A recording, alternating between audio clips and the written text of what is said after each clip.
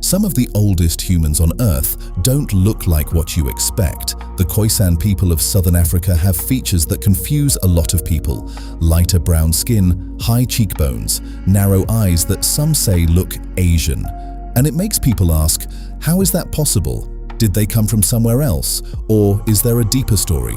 And it gets even more interesting. The Khoisan are among the most genetically ancient human populations on Earth.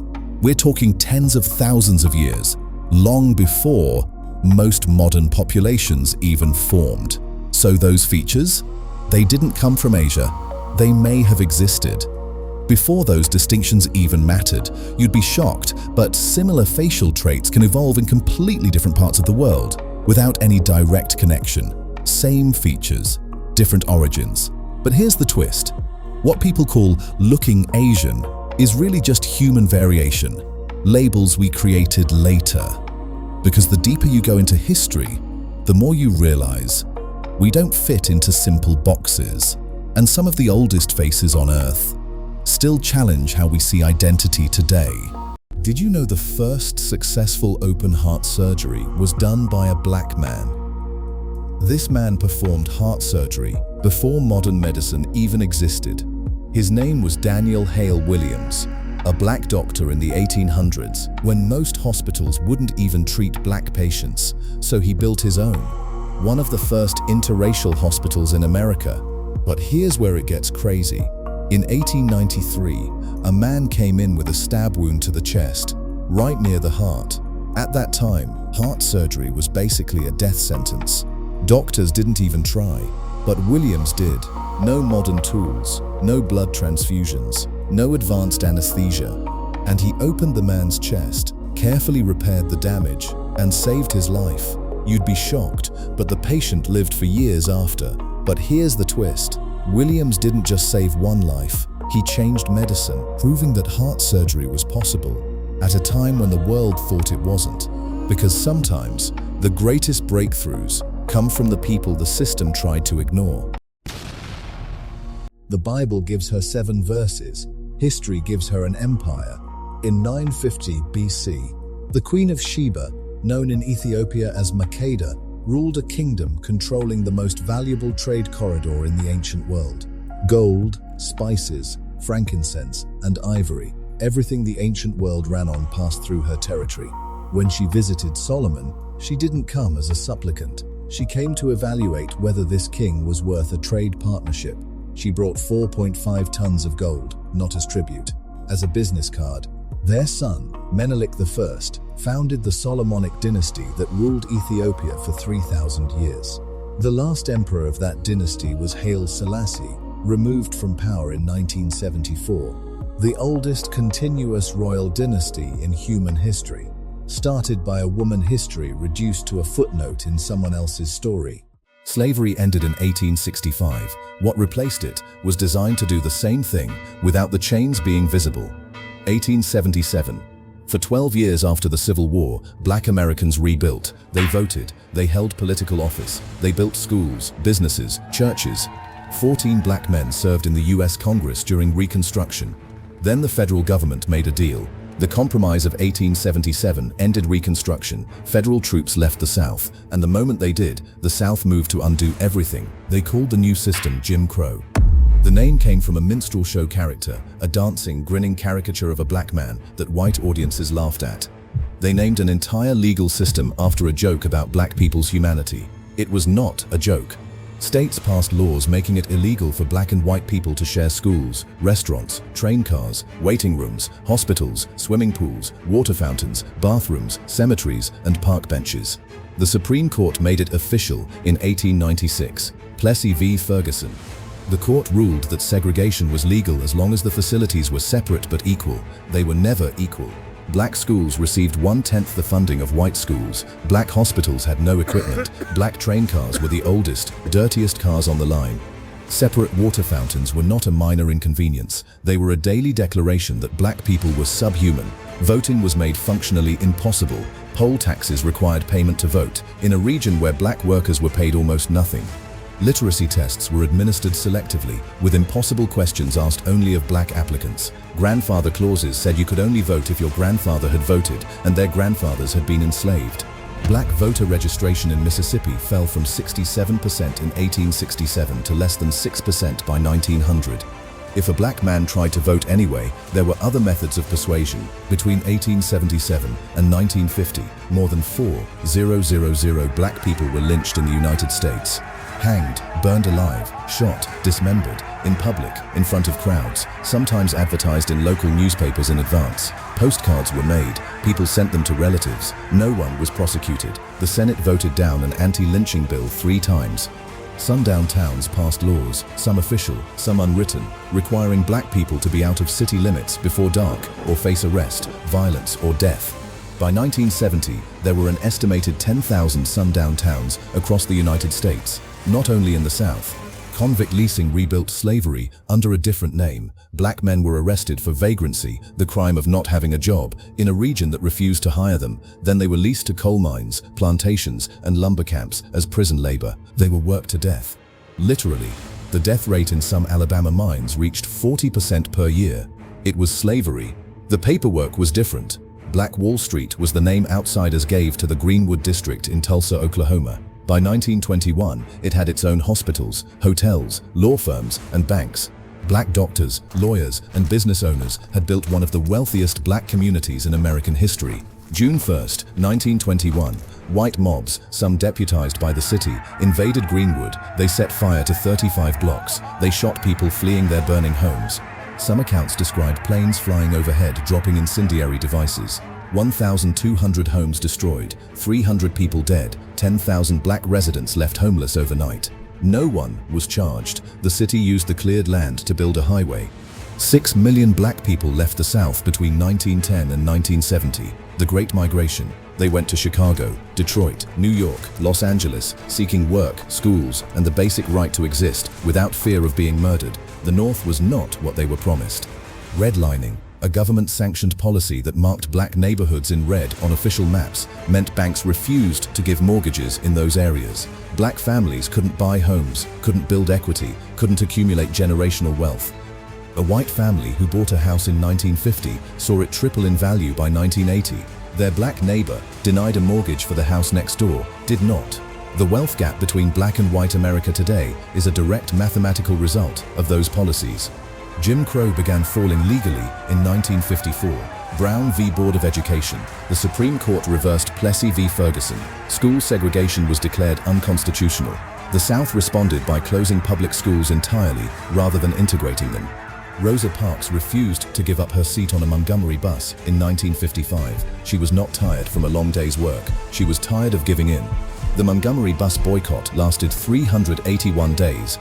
Black residents walked miles to work every day for over a year rather than fund the segregated system. The buses desegregated. Sit-ins, freedom riders beaten on buses, children knocked down by fire hoses in Birmingham, 4 girls killed in a church bombing. The Civil Rights Act of 1964 made racial discrimination in public places illegal. The Voting Rights Act of 1965 restored what the 15th Amendment had guaranteed a century earlier. Jim Crow, as a legal system, was over.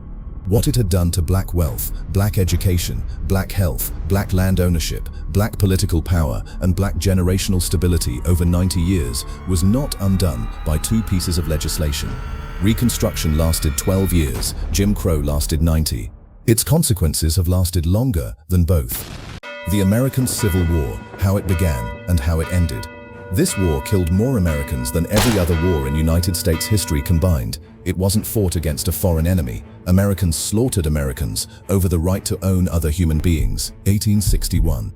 By the time the first shot was fired, the country had been cracking for 40 years. The South's entire economy ran on enslaved labor. Cotton, tobacco, sugar. 4 million people owned as property, worked without pay, bought and sold like livestock. The North had industrialized, factories, wage labor, a different economy, and increasingly, a different moral argument. Every new state added to the country forced the same question: would slavery expand or be contained? The South's answer was always the same: expand or we leave. November 1860. Abraham Lincoln won the presidency without carrying a single Southern state. He hadn't even appeared on the ballot in most of them. The South didn't wait to see what he would do. December 1860, South Carolina seceded, then Mississippi, then Florida, Alabama, Georgia, Louisiana, and Texas, all within 6 weeks. February 1861, they formed a new country, the Confederate States of America. Jefferson Davis as president, a constitution that explicitly protected slavery by name, something the U.S. Constitution never did. April 12, 1861. Confederate artillery opened fire on Fort Sumter in Charleston Harbor, a Union fort surrounded by seceded territory. The garrison surrendered in 34 hours. No one died in the bombardment. That was the last easy moment of the war. Lincoln called for 75,000 volunteer soldiers. 4 more states seceded immediately. Both sides thought it would be over in 90 days. It lasted 4 years. The first major battle, Bull Run, July 1861, ended with Union soldiers running back toward Washington in panic. Civilians had driven out from the city with picnic baskets to watch what they expected to be a quick Union victory. They fled alongside the soldiers. The war ground into something no one had planned for: industrial-scale killing, rifles that could hit a target at 500 yards. Generals still ordering troops to march in straight lines across open fields. Gettysburg, Pennsylvania, July 1st, 1863, the largest battle ever fought on North American soil. 50,000 casualties in 3 days. Confederate General Pickett led 12,500 soldiers in a direct frontal charge across 3/4 of a mile of open ground. Half of them died before they reached the Union line. That charge broke the Confederate Army's capacity to attack. From that point, the South could only defend. January 1st, 1863. Lincoln issued the Emancipation Proclamation. It freed enslaved people in Confederate states specifically, not the border states, still loyal to the Union. It was a military and political weapon as much as a moral declaration. It made the war explicitly about slavery. It made it impossible for Britain or France to support the Confederacy without defending slavery openly. 180,000 black men enlisted in the Union Army after it passed. Many of them had been enslaved. They fought to end the system that had owned them. General William Sherman marched his army from Atlanta to the sea, 300 miles through the Confederate heartland, destroying everything that could feed or supply the Confederate war machine. Railroads torn up, plantations burned, granaries emptied. He called it hard war. History calls it the blueprint for modern total warfare. By early 1865, the Confederate Army was starving, undersupplied, and shrinking faster than it could be replaced. April 9th, 1865, General Robert E. Lee surrendered to Ulysses S. Grant at a farmhouse in Appomattox Courthouse, Virginia. Grant's terms were quiet and precise. Confederate soldiers lay down their arms and go home. Officers keep their sidearms. Men who own horses keep them. They'll need them for the spring planting. No executions, no prison camps. Go home. E. Lee signed. 5 days later, Lincoln was shot in the back of the head at Ford's Theater in Washington by John Wilkes Booth, a Confederate sympathizer who believed he was saving the South. Lincoln died the next morning. The war was over. The killing wasn't. Reconstruction lasted 12 years. Then the South methodically dismantled every right black Americans had gained, through terror, law, and silence. The Confederacy lost the war. For the next 100 years, it won the peace. 620,000 soldiers dead. More American casualties than World War I, World War II, Korea, and Vietnam added together. 4 million people freed. A country that had written all men are created equal while owning human beings was forced, at gunpoint, to decide what that sentence actually meant. It's still deciding. This kingdom sold people into slavery and used the wealth to fund the most powerful army of women the continent had ever seen.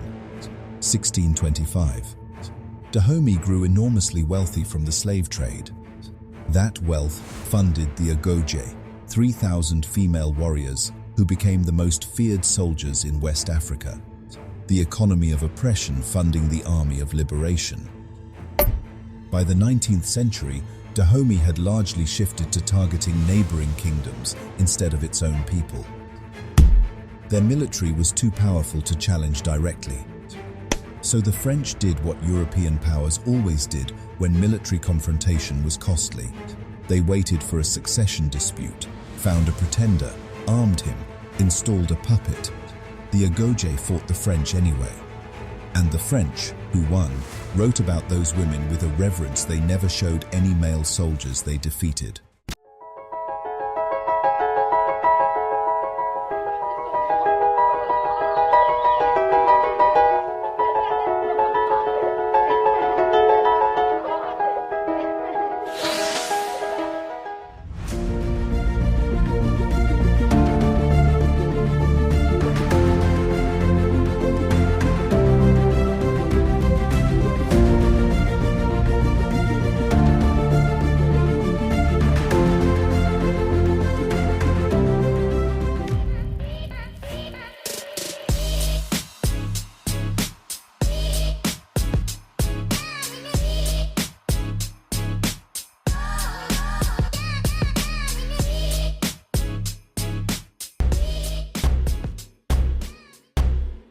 A story that was never told.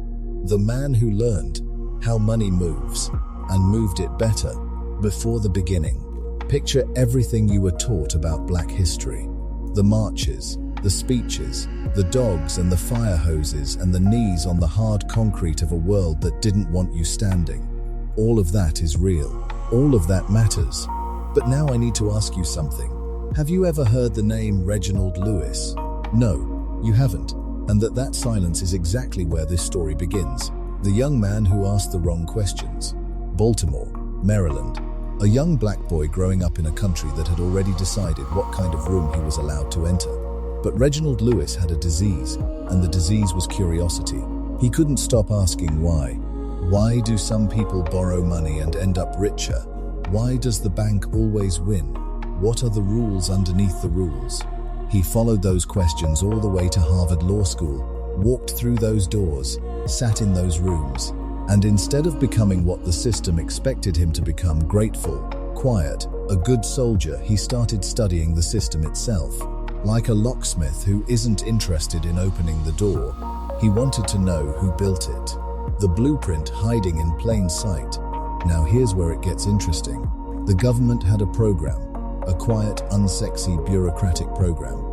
It let private investment funds borrow money cheap, at 4%. They'd turn around, lend it to minority businesses at 12%, and pocket the difference. The whole thing ran on paperwork, mountains of it.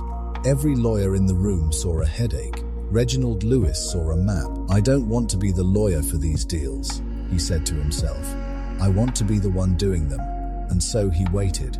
He learned. He watched how money moved from one hand to another, borrowed at 4, lent at 12, kept the spread, and he filed it all away, patient as a hunter. The first hunt, McCall Patton, 1983. The company was 113 years old and dying on its feet.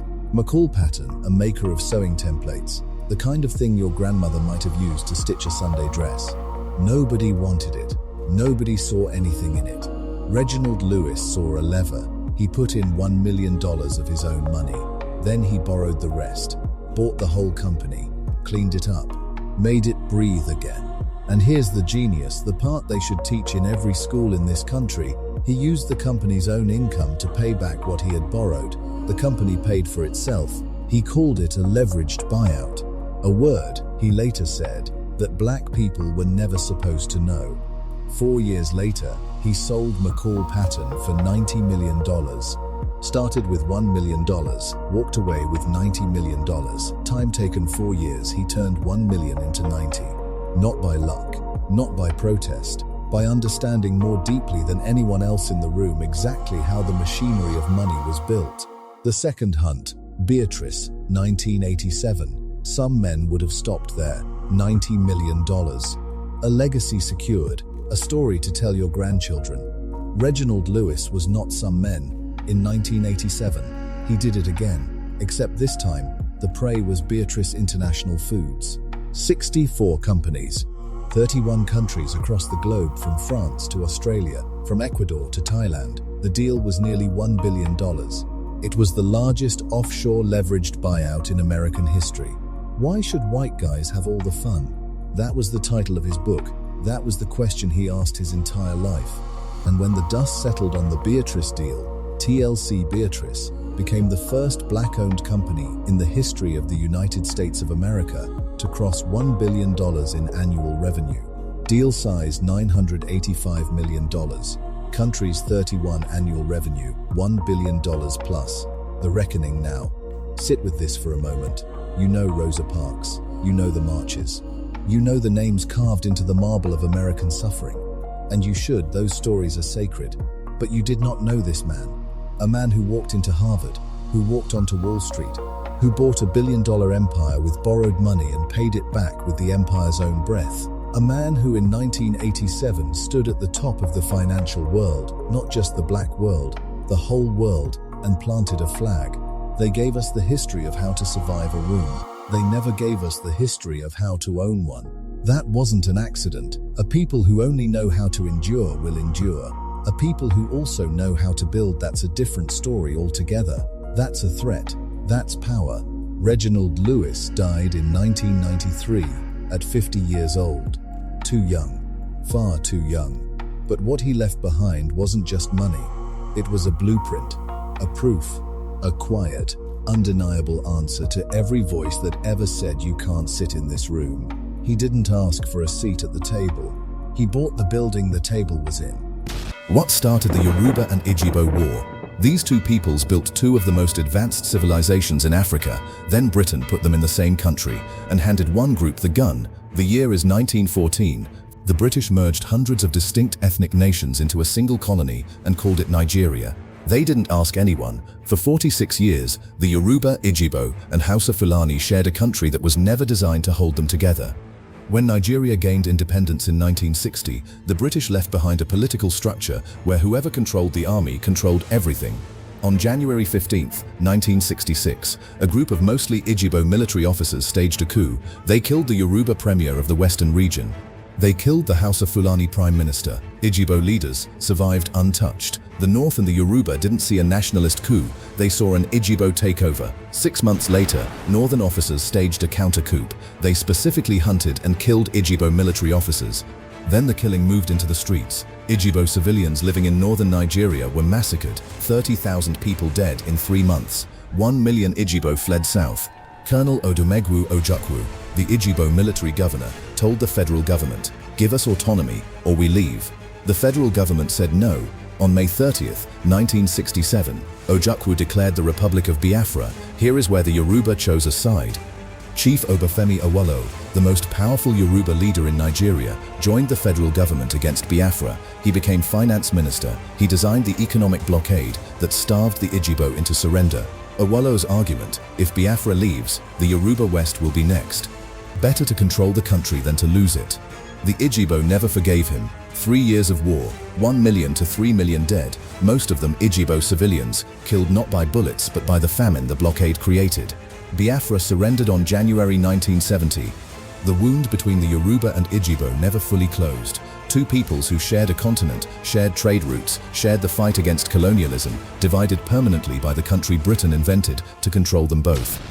In 2019, a standard history course was called Dangerous, and several American states tried to ban it. 2019. The College Board released an AP African American Studies framework. Politicians called it radical, dangerous. Several states moved to ban it. What was in the framework? African civilizations, the transatlantic slave trade, the Harlem Renaissance, the civil rights movement, and Black intellectual and cultural contributions. Standard documented history, taught at universities worldwide, called controversial. The mechanism hasn't changed since the 19th century. Call African history political and it gets removed. Call it activist and it gets banned. Call it divisive and it never gets added. The history isn't controversial. The implication of the history is controversial. Because if the history is true, then the story of who built civilization and who deserves credit, all of that changes. That's the controversy. The history itself is just facts. This is just one piece of our history. Our real stories go way deeper. Discover thousands more on melanin.site. In 1965, John Lewis had his skull fractured on the Edmund Pettus Bridge. He was trying to cross it to demand the right to vote. The images went on television. The country watched. And within days, Lyndon Johnson stood before Congress and said, "Enough." The Voting Rights Act passed with the largest bipartisan majority in Senate history. It required states with a documented history of voter suppression to get federal approval before changing a single voting law. It worked. For 48 years, it worked. Then in 2013, the Supreme Court looked at the states that had been blocked from discriminating and said, "See, no discrimination. You don't need this protection anymore." Shelby County v. Holder, 5-4. The ink was not dry before Texas announced a voter ID law the Justice Department had been blocking for years. Not the next week, the same day, within hours. North Carolina passed a voting law so targeted that a federal court later ruled it attacked black voters with, their words, almost surgical precision. 214 polling places closed in Georgia.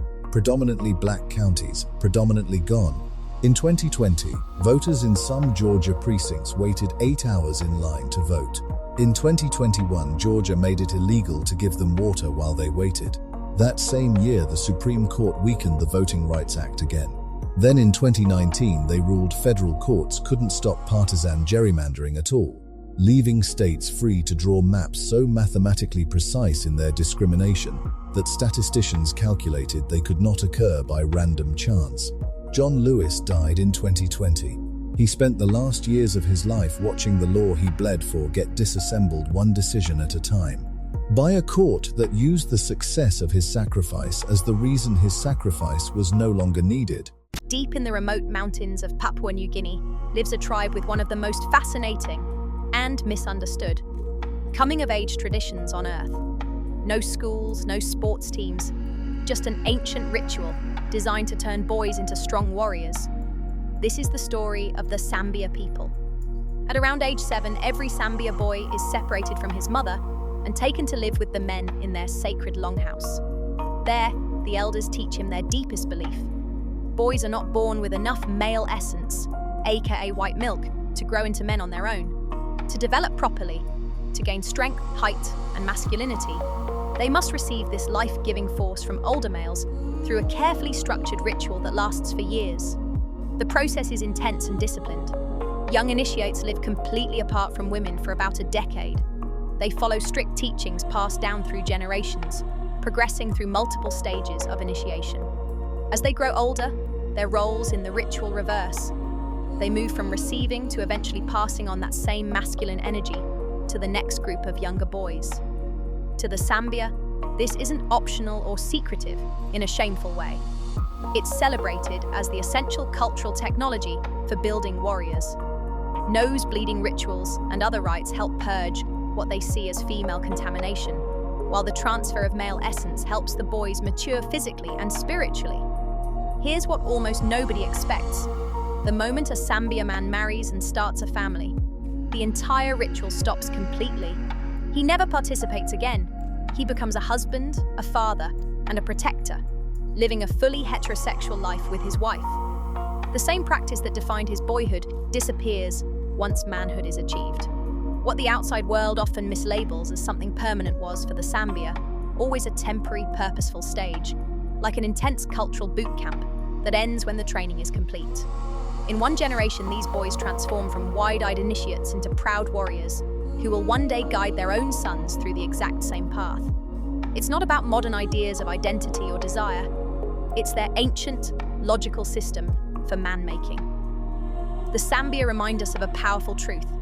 Every culture invents its own recipe for turning boys into men. And sometimes that recipe looks completely unlike anything we've ever seen. Human imagination and tradition never cease to amaze. This outcast was mocked his entire life, then built the most feared army Africa had ever seen. The year is 1816. Shaka Kasenzanga Kona became chief of the Zulu, a small clan of 1,500 people in southern Africa. He was born illegitimate. His father was a chief. His mother was from a rival clan. They were both cast out. When he came to power, the first thing he did was change how his people fought. Every Zulu warrior carried a long throwing spear. Shaka got rid of it.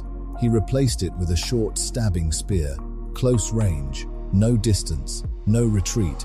Then he invented a formation called the bull horn. One group hits the enemy straight on. Two other groups sprint around both flanks at the same time. By the time the enemy understood what was happening, they were already surrounded. In 4 years, the Zulu went from 1,500 people to an empire of 250,000. Then his mother died.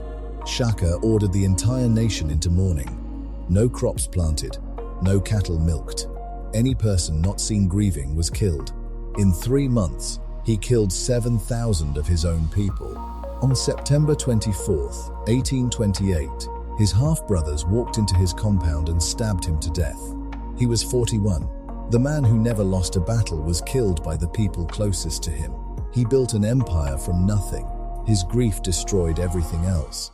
Columbus documented black-skinned people in the Caribbean carrying gold-tipped spears before any African slave ship had crossed the Atlantic. 1492. When the Spanish arrived in South America, they found gold artifacts with compositions matching West African metallurgy, trade goods, cotton, specific food crops that required transoceanic contact to explain.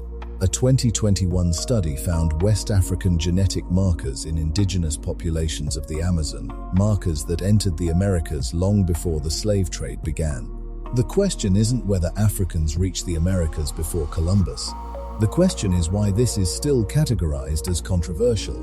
Because if Africans were in the Americas before Columbus, then the foundation story of Western civilization, that Europe brought civilization to savage lands, has a problem. A big one. The land they discovered already had visitors, who came from the continent they called primitive. This is just one piece of our history. Our real stories go way deeper. Discover thousands more on melanin.site. This African empire built armored knights, horses and riders in full metal plate and used them to rule for 1,000 years.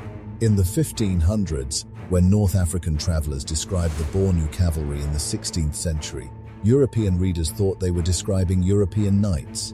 They were describing Africans who had independently developed the same military technology for completely different terrain, in a completely different environment. Full plate armor, for both horse and rider, manufactured locally. The Bornu used cavalry not just for battle but for statecraft, massive parades of thousands of armored riders, to demonstrate power to visiting dignitaries and potential enemies. A show of force so overwhelming that many kingdoms submitted without a fight. They ruled for 1,000 years. Their signal to anyone who came near: we were here before you, we will be here after you are gone. This is just one piece of our history. Our real stories go way deeper. Discover thousands more on melanin.site.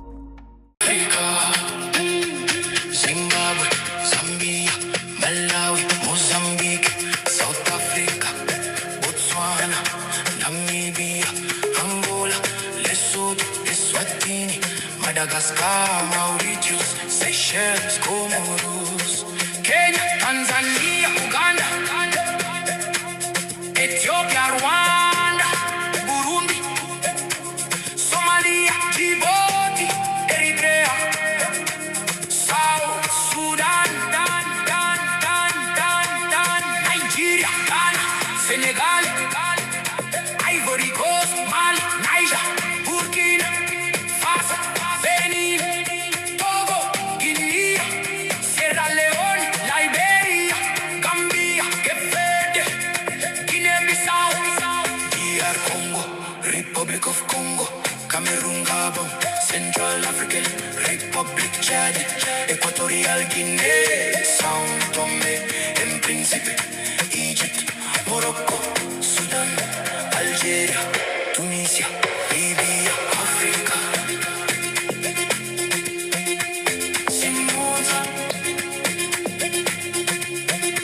We rise, symbols of Africa.